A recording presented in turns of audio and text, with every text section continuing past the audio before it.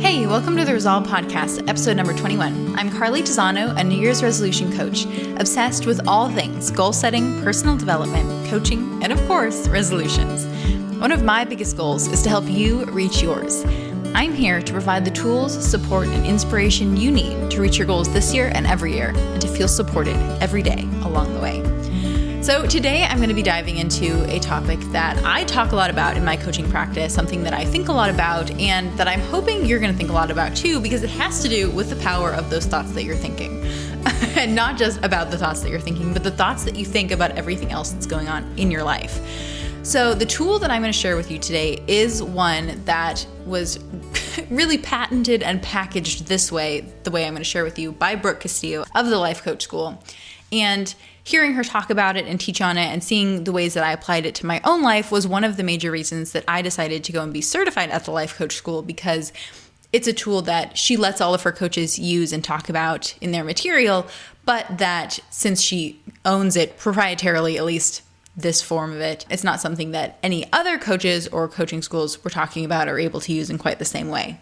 And I have heard this idea talked about in psychology, or at least tenets of it or pieces of it. So it's not completely original to Brooke. You may be familiar with it, you may be familiar with parts of it, but none of that in any way negates the power that it has, particularly in this form, I think. And I'm going to be sharing with you, first of all, the fundamental of the tool, what it is. And then I'm going to be sharing with you how you can use it and how you should use it, whether you use it on a day-to-day basis or a more abstract basis is completely up to you. But it is super powerful, and I think you're going to see why as we dive in. So the tool is, in the Life Coach School circles, known as the model, the CTFAR model, the life coaching model, the self-coaching model. It goes by a lot of names. Most of the time I just refer to it as the model, not to be confused with a model, like, I don't know, anyone who's walking down a fashion runway. This is the model, and it is composed of 5 parts, CTFAR, as you probably picked up from the name, the CTFAR model. Everything that composes our world can go back and fit into one of the lines of the model. So the first primary line of the model is the circumstance line, the C, and then we move on to the T, which is the thought line, and then we have F, which is the feelings, or the feeling line. That's where you're going to put the feelings. And then we have the A line, the action line. And finally, R stands for results, and we have the result line. So you can kind of see how I'm mixing the language of how I refer to those things. And that's because a lot of people, when they use this language around the model, they talk about the C line, the C, the circumstance, or the T line, thoughts, the thought line, and on and on. Luckily, each word or category that we use in the model starts with a different first letter, so we have the freedom to do that. But as I throw those words and that language around, that is what I'm referring to. The model is a way of helping you to understand what is going on around you, what is going on in your brain, in your thoughts, how that is making you feel, the actions that is driving you to take, and finally, the results that your actions are creating in the world around you. So often, in order to do a model, you will start out by doing a thought download. Whether you do this on paper or speaking it out to someone else is totally up to you. A lot of times when I'll do a model, I'll notice one particular thought that's kind of circulating in my head over and over. And that's often the one that I choose to do a model on. So you'll start by doing a thought download. So that could be writing about everything going on in your life. It could be writing about a specific event or a specific relationship, a specific thing, or you can literally just open it up to whatever thoughts are going to come out of your head on paper. A lot of people say you want to push yourself so that your pen kind of never leaves the paper. You're always writing, and you can choose whether you do it till you run out of thoughts. For some people, that might seem impossible. So you may just choose to set a timer for 5 or 10 minutes or go until you think you've kind of completed the thought or everything that you needed to get down on paper. It's totally up to you. But then from that thought download, we're going to recognize and identify thoughts that you realize probably aren't that helpful to you in your life. And the power of the model is predicated on the idea that thoughts are completely optional. We get to choose the things that we think. We get to choose the things that we believe. And so from that place, the model is a way to help you identify what you're thinking, feeling, doing, and the results it's creating for you now. And then you're able to use it constructively to determine, conversely, how you want to think, feel, and act, and then what results that's going to create for you in the world.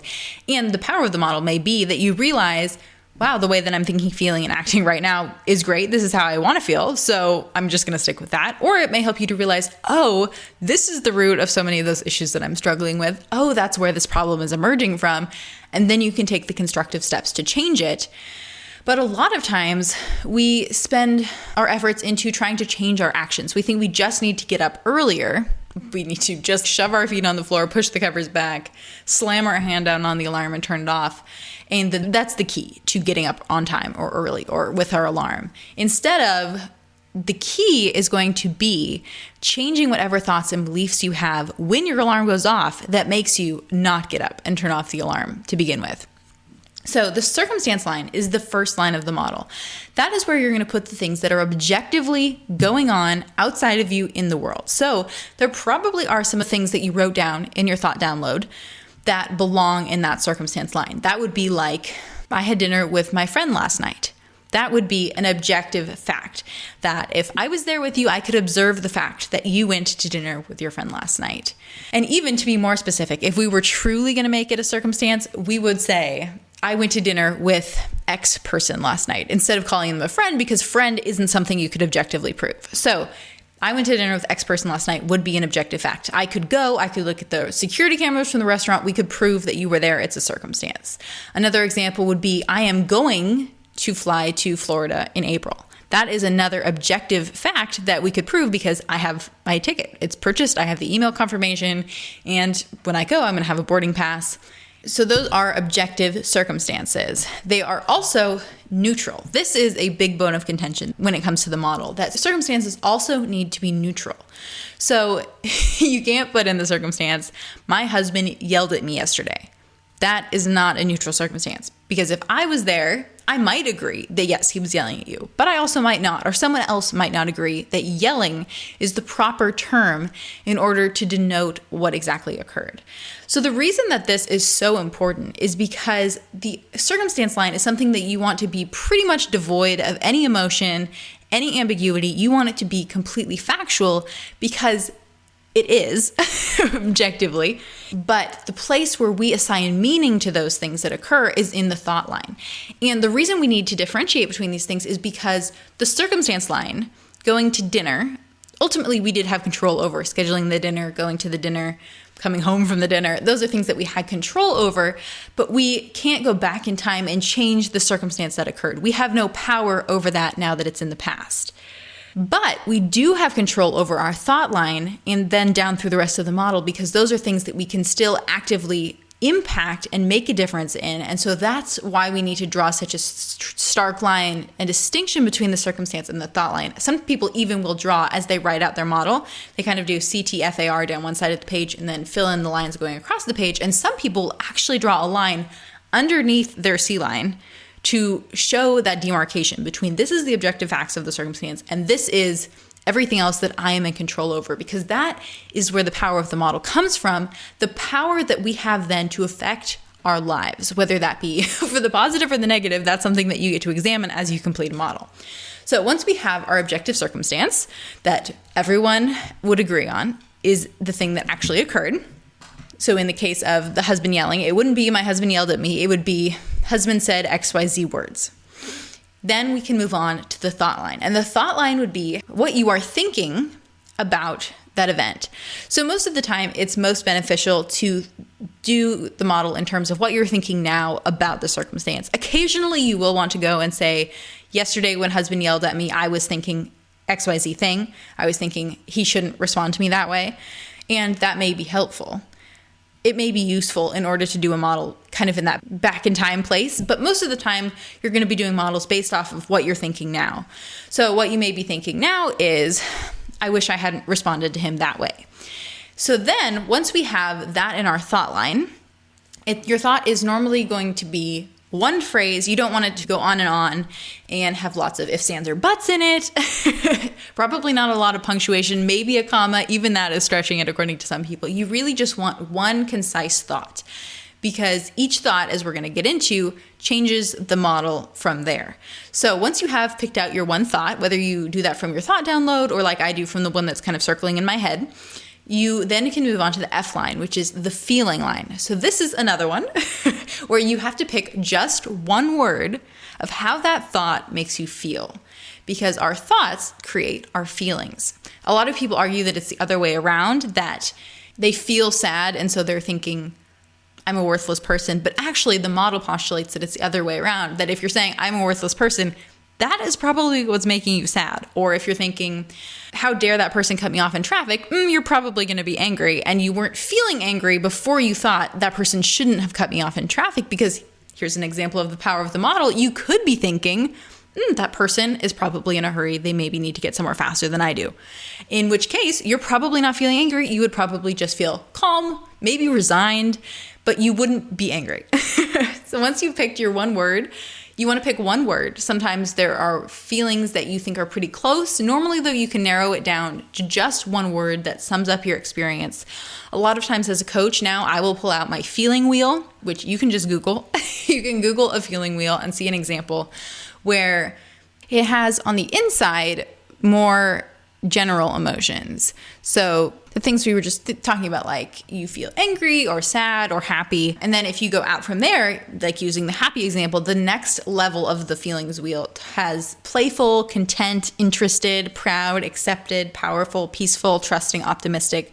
Those are all examples then of happy, but they're more specific. And so from there, mine even has a third level of feelings outside of that. So playful breaks down into aroused and cheeky, which just makes me feel British whenever I say it. Content breaks down further into free and joyful. Interested breaks down into curious and inquisitive, proud to successful and confident, and on and on. By the time you get to that outer layer, there is a lot of feelings. But generally, you can follow roughly how you're feeling. If at first all you can identify is happy, then you may be able to identify, well, actually, I am proud of myself for this thing I accomplished. And then maybe you feel, well, it's not so much that I feel confident about what I can do in the future. I'm feeling successful about that thing that I completed. So that's an example of how you could use the feeling wheel in order to more specifically identify the thing that you are feeling in a given moment. Once you have your one-word feeling and you've put that in your feeling line, then you're going to move on to actions. And so the action line is where you're going to list everything that you are doing as a result of feeling that way. And keep in mind, it's things you are doing, things you are not doing. You can put sometimes things that you're thinking and feeling as a result. Normally that's not as helpful because those are things you probably want to run extra models on, but you can put them in there if you feel like you want to. So in that example where you accomplish something and you are feeling successful, maybe you are smiling more, you aren't beating yourself up in your brain because you actually accomplished something. You are making plans to go out to dinner to celebrate. You shared the news when you texted your friend. Those are things that you would put in your action line because you're doing them because you feel successful. If you were feeling sad or angry or any of the derivatives of that, you probably wouldn't be taking that action. But as you're feeling successful, you are taking that action from feeling successful. Then once we have an action line, you do want to get it pretty fleshed out. This is the place where as a coach, I normally push my clients the hardest to say anything else. Is there anything else you do? Is there anything else you don't do? That I really try to get the most information because this is where we're going to be able to come up with our results. And the result is sometimes it's an action. Most of the time we try not to make it be an action, but it is the result that you're creating in the world as the result of the thought, feeling, and action that have come together in this particular model. So in this model where you achieve something and you're thinking, wow, I'm so glad I did that, then you're feeling successful. Your actions are to do all those things I just listed. And the result would be not only are you successful, but you're more likely to duplicate and replicate that success out in your life. Success is one of those things that it often has ripple effects. And when you feel successful because you check something off, you are much more likely to get up on time and go for a run and dress up the way that you want to and show up in your relationships as the best you possible. So anyway, this was kind of an ambiguous model that I threw together as we were talking about this, but that would be an example of a result that you could create from a model like that. If we go back to the angry model where you say, I shouldn't have responded to my husband that way, and maybe you're feeling disappointed because you don't like the way that you showed up, you're disappointed in yourself. And then your action would probably be to avoid him, probably to not bring it up, probably to beat yourself up. And the result would be you create even more of a disconnect in your relationship. So you're still not happy with how you're showing up with your husband. And that is how you can check if you have created a successful result at the end of your model, because your result is always, every single time, going to prove your thought true. You're going to prove to yourself, I don't like how I showed up for my husband, by still not showing up for your husband the way that you want to. You're going to prove that you were successful because you're going to keep being successful. And so that is the power of the model. And you can see the negative and positive ways that it can be used in order to affect change in your life. It's so exciting to see how the model can work in your life, how it can be a tool that you can whip out and use pretty much whenever you need to. A lot of times I'll run models in my head. A lot of people write them down. Most of the time will just do them in my head, or I'll do the piece that I find that I need to. The other week I was trying to sign up for a class, and I was particularly annoyed because the payment processor online was not working. And I was so mad, and it was so tempting for me to say, I am mad because the payment processor is not working. But that's not true, because the payment processor not working is a neutral circumstance. You could come and sit next to me and see I am putting my credit card information in over and over and over, doing exactly what it told me to do, and my payment is still not going through. It's saying I need to do it again. So that could be the circumstance. Payment processor not processing card. The thought line would be, this should be working. There is no conceivable reason why this isn't working. And trust me, I could go on, but let's just take that first thought. This should be working. So that thought of should makes me so annoyed that it is not working the way that I think it should be working. And so from that place, from my annoyed place, I keep trying. I put it in over and over and over. I probably tried more than a dozen times to get it to work. And eventually, yes, I will say 3 days later, after trying every single day, it did finally go through and work. But I was not happy with it those 3 days when it wasn't working. I was very annoyed. And in case you were wondering, on my feeling wheel, annoyed is a subset of frustrated, which is a subset of angry. So I was angry, which led me to being frustrated, which led me to being annoyed. It kind of implies that a step up from annoyed is infuriated. I don't know that I was quite infuriated, but I was definitely annoyed. So with annoyed in my feeling line and my actions being I kept trying, I didn't complain to anyone, partly because I wasn't interacting with people in a way that would lead me to just complain about the frustration to anyone, or else I likely would have. I complained in my head to myself about how it wasn't working and how it should have been working. I emailed the company, and I definitely was very nice, but I also came across much more annoyed than I normally would have. I'm not particularly proud of that. And you could probably only tell by the fact that I used like a third as many exclamation points as I normally would have, but I was still annoyed in the way that I wrote the email. Finally, because I was annoyed, I gave up and stopped trying, which clearly it wouldn't matter because it was going to take 3 days for the payment to go through. But being annoyed led me to giving up. And so the result is that I stopped working on this problem that I needed to fix, at least for the next 3 days, because there was nothing else I could do. But I was proving that thought true, that this isn't working the way that it should, and I'm not working the way that I should. The whole situation just was not working the way that I thought it should. And unfortunately, that just extrapolated my annoyance even more. So that's a recent example of how I use the model in my life. And I was able to pull that up in my head. I didn't have to run it all the way through like I just talked through it with you, but I was needed to realize and remind myself, I'm not feeling annoyed because of the circumstance of what this payment processor is doing or not doing. I am feeling annoyed because of the thought I'm thinking that this isn't working the way that I think it should. Another really powerful one that I feel myself coming back to a lot, or using the model as a tool for, is in terms of doing something from push energy or pull energy. So I talked about this a few weeks ago, back in episode 19. I talked about the difference between push beliefs and pull beliefs, and I knew I was going to be sharing about the model in a few weeks, so I didn't go too much into this then. But one of the ways you can tell if you're in push energy and pull energy is by putting whatever the feeling is you're feeling in the model, identifying the thought that you're thinking, and the actions and results it's creating for you. But so when I was talking about push energy and pull energy, I was talking about how you can do the exact same thing from both energies, but get completely different results. And the model is a demonstration of how that's even possible. So an example that I'll use, because it's something I do pretty frequently, is writing a blog post. So we'll put blog post scheduled to release 1 week from today. That would be something you could go into my web provider and see there's a blog post scheduled to release 1 week from today.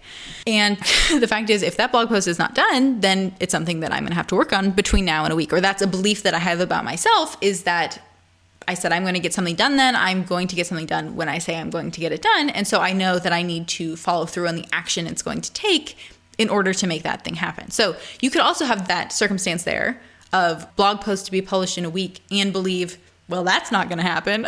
Or you could think and believe, well, I never do what I say I'm going to do anyway. And of course, that is going to lead you to a very different result, right? But let's approach this blog post from the perspective of you need to get it written and you know you're going to get it written, but there is still the question of how and from what energy that blog post is going to be written. So the belief is, I need to get this blog post written. The belief or the thought. A belief for the differentiation. A belief is a thought that you keep thinking because you believe it, because you proved it true probably from running that model of whatever that thought is so many times. Anyway, you've proved it true enough, you truly believe it. But okay, so if my thought or belief is, and I'm putting in my T-line, I need to get this blog post done, that maybe creates within me a feeling of stress. It could also be annoyance.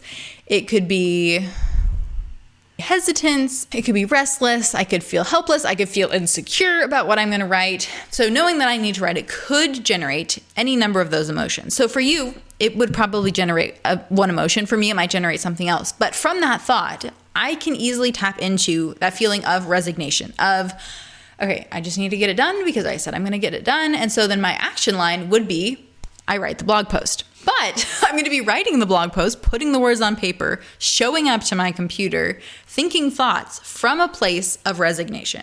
And then my result is I get the blog post done, but I did it resignedly. You could probably go back on my blog and find some blog posts that I wrote resignedly. You can tell and you can recognize that that is probably going to get done very differently than if I'm thinking I need to get this blog post done and I'm excited about what I'm going to share because I believe that it is meaningful. It is going to make a difference. Maybe I lit a candle. Maybe I got some tea. Maybe I am sitting down full of energy to get this done because I am excited because I'm thinking I need to get this blog post done. And even if I didn't do any of the candle and the tea and all that, even if I took the exact same action of just sitting at my computer, opening it up, typing the words into my computer, doing it from that place of excitement is still going to turn out a completely different article than if I wrote it from resignation. The result may still be I wrote the article, but it's probably going to be a very different article from a very different energy, and it's probably going to be one that is much more fun and energizing to read, right? So that is an example of how even if your model stays pretty much the same, if your model is half the same, changing just a few components can still give you a drastically different result in your life. And it's probably one that you want to do.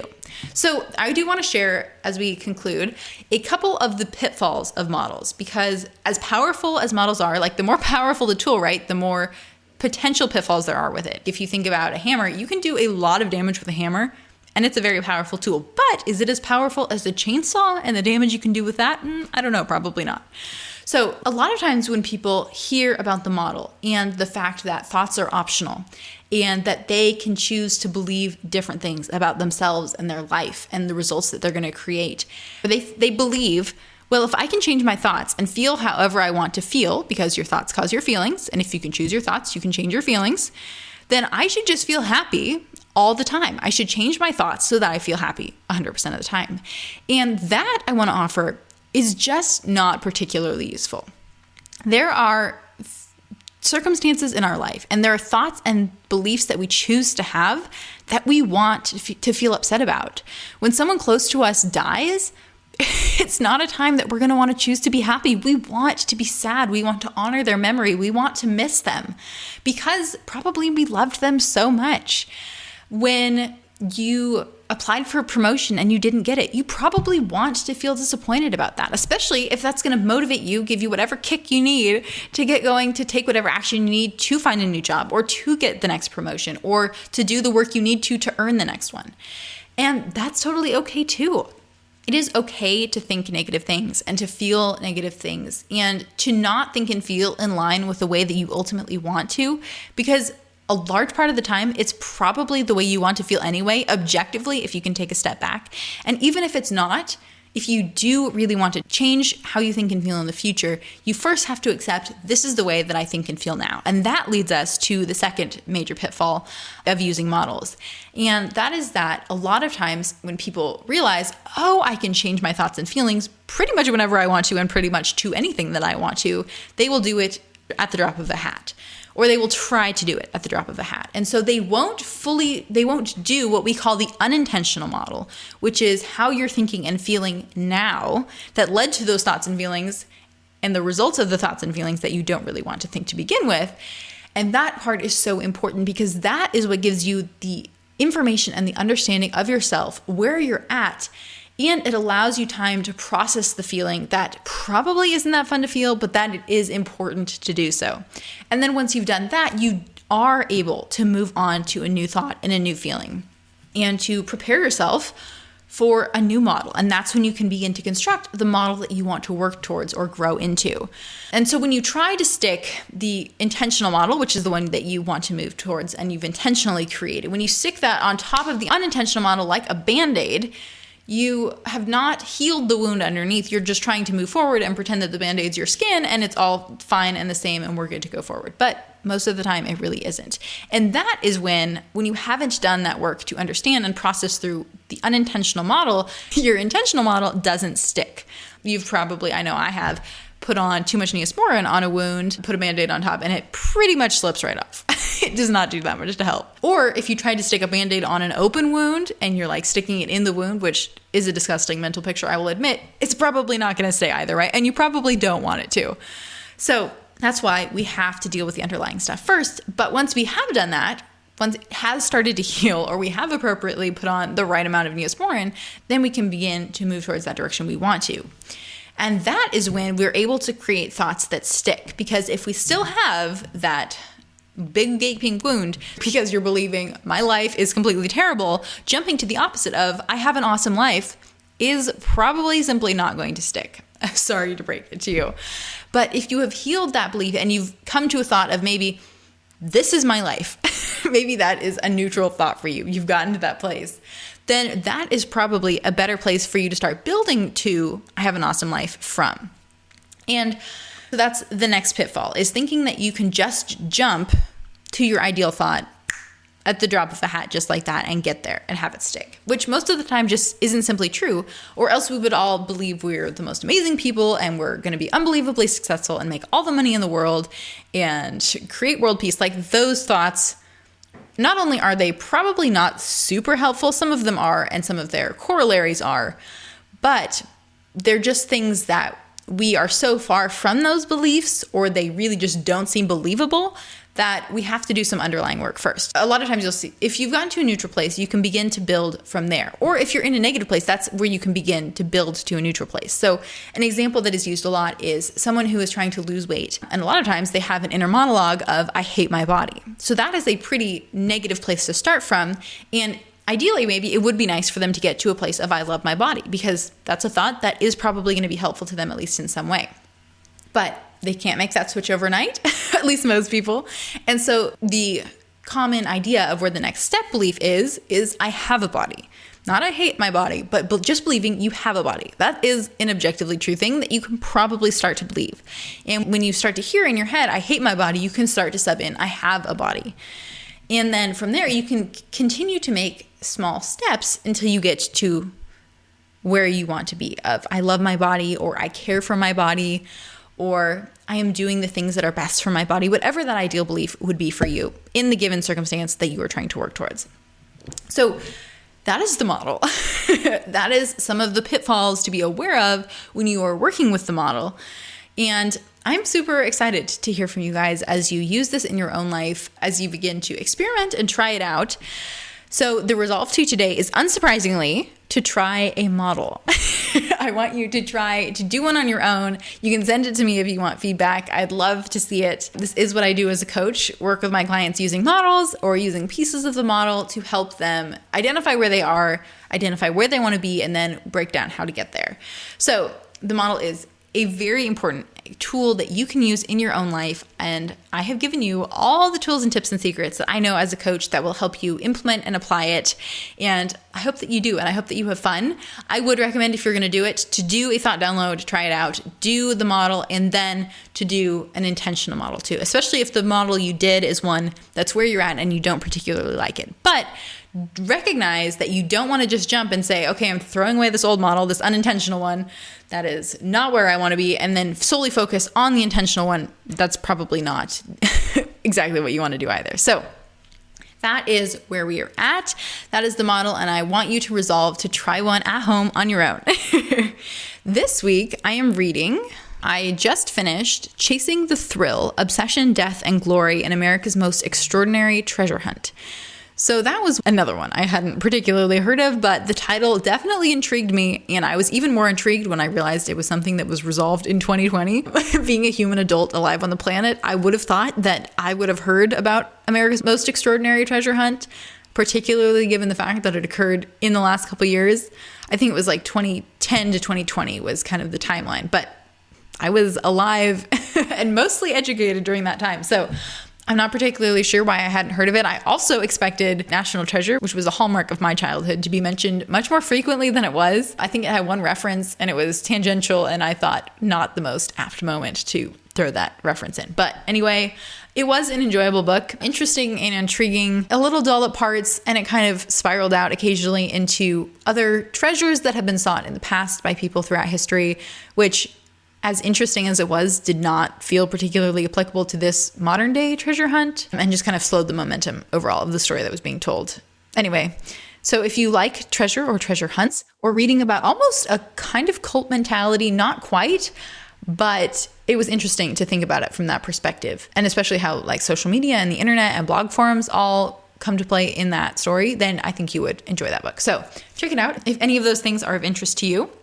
Today, I want to toast More Happier, which is a new add-on to Gretchen Rubin's Happier podcast, which she does with her sister Liz Craft. And I have been an avid listener of the podcast for years. It was actually the first podcast I started listening to. And when I did, I went way back to the beginning, listened to every single episode. And then in mid-2021, right before I launched this podcast, I went and stopped listening to a bunch of podcasts because I needed the brain space, I guess, in order to create this one. But that is a podcast I have listened to religiously still. And in 2022, they announced that they were going to start doing a More Happier episode every other Saturday. And it was going to be a little more conversational with different segments. And it was just exactly that. It was more happier, and it has made me so much more happier. And I love seeing how people evolve the things and the projects that they're doing and working on. And so that was so interesting to see that after 5 or 6 years of doing the podcast, they decided we can still do something different. We can do something additional. And in addition to Happier and More Happier, Gretchen Rubin also does a Little Happier, which comes out a few days earlier in the week. And it has just 3 or 4 minutes, and it tells a little story or anecdote. And it always makes me more happier too. And we all could use more happiness in our life. And that is one of the ways that I've always found happiness. I've always found happiness from their podcast. And the fact that I get more happier from them every other weekend now just makes me even happier. So I want to toast that and encourage you to listen to that podcast if it's not one you've heard before. I appreciate she is a very practical, down-to-earth person. A lot of the coaches that I know and follow tend to be much more psychological, I guess, but Gretchen Rubin does still have a real base in psychology.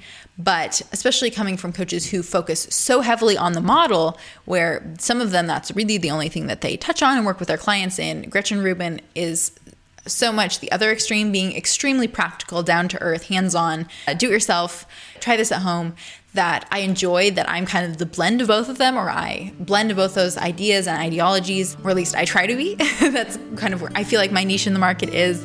And so I'm glad that this episode was able to blend a little bit of both, or I hope that it was for you. And with that, thanks for tuning into the Resolve podcast. You can follow me on Instagram at Carly Tizano. I would love to connect with you. Don't forget to rate and review. It really helps other people find the show. And subscribe if you haven't already so that you don't miss another great episode next week. For the show notes or additional support in reaching your goals, check out carlytizano.com. Until next time, here's to all that lies ahead.